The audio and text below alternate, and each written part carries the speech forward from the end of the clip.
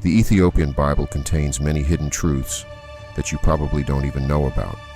Have you ever wondered why the Book of Enoch, the Book of Giants, and over 14 apocryphal books were banned from the traditional Bible? Today, we are going to reveal all the answers they don't want you to know. But before we get started, if you enjoy our content, consider subscribing, and we promise to keep bringing you engaging and enlightening videos. Ethiopia stands alone as the only African nation that has never been colonized, preserving some of the oldest and most authentic biblical histories. This includes numerous original texts of the apocryphal books removed from the Bible you're familiar with today. But what exactly is an Apocrypha?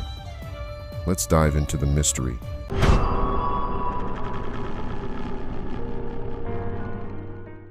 Apocrypha refers to a collection of ancient books, which, while not universally accepted as part of the canonical scriptures, hold varying degrees of religious significance.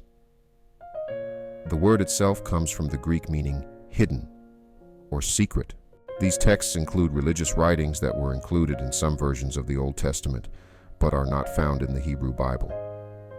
The biblical canon is the set of books recognized by a Christian church or religious group as divinely inspired and thus constituting scripture. For different branches of Christianity, this canon varies slightly. Today we explore why the Ethiopian Bible, a treasure trove of ancient biblical texts, is not as widely recognized as other versions. Ethiopia has some of the oldest Bible scrolls that ever existed, even older than the famous KJV Bible. Other than the 66 books that make up the King James Bible, the Ethiopic Bible has 88 books and includes some works that other churches just don't have. The book has scrolls from the Old Testament, the New Testament, and scrolls that had never been seen before. And what makes this so interesting is that they had these scrolls long before Christianity first came to their society in the 4th century. In other words, Christianity wasn't introduced to Ethiopia like in most nations. It has been part of Ethiopian culture since the 4th century. The Egyptian traveler, monk, and historian Cosmos Indicopleustes noted Ethiopia as a Christian country during his visit in the 6th century. Ethiopia has welcomed Christian refugees fleeing persecution from anti-Christian kingdoms and empires for centuries.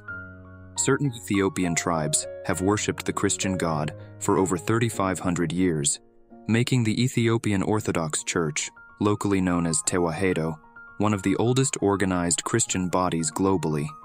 Ethiopia also possesses one of the earliest illustrated Christian books, part of the Gospels written in Ge'ez, an ancient Ethiopian language, discovered in 2010 in a monastery atop an Ethiopian mountain.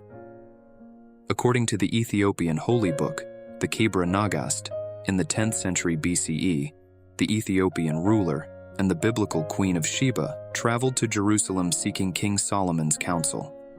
Although not explicitly stated in the Bible, historical accounts suggest they had a son named Menelik. Queen Sheba returned to Ethiopia with Menelik, who became the first emperor. The Ethiopian Bible, known as the Ethiopic or Ge'ez Bible, holds a unique place in the history of biblical manuscripts. It contains several books not found in other canons, such as the books of Enoch and Jubilees, and preserves an ancient Jewish tradition. Despite its rich heritage and authenticity, the Ethiopian Bible has often been sidelined in discussions of biblical studies and theology.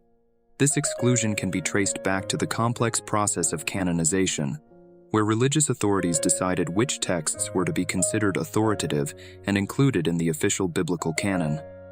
Factors such as historical context, theological coherence, and linguistic considerations played roles in shaping these decisions. While the Ethiopian Orthodox Tewahedo Church regards the Ethiopian Bible as part of its sacred scripture, it has not been universally accepted within broader religious communities. One of the primary reasons the Ethiopian Bible isn't universally accepted is because it contains additional books known as pseudepigrapha. Pseudepigraphal works are falsely attributed texts whose claimed author is not the true author, or works whose real author attributed it to a figure of the past, akin to fan fiction. These books are considered non-canonical by most other Christian traditions. The books that were removed or rejected from the mainstream Bible were deemed as such, because scribes and theologians of the time recognized that they were not divinely inspired. Many of these books were written before and after Jesus by individuals with questionable motives, leading to their exclusion. It's understandable why they were removed, given their lack of divine inspiration and potential for misleading readers. The language barrier is another significant reason for the rejection of the Ethiopian Bible. It is written in Ge'ez, making it inaccessible to non-speakers and contributing to its relative obscurity outside of Ethiopia. The lack of translations further compounds this issue, as does the unique practices and interpretations found within the Ethiopian Bible. The Ethiopian Bible faces rejection and obscurity largely due to two main reasons: its inclusion of additional books considered pseudo-epigraphical and its primary language being Ge'ez, which limits accessibility.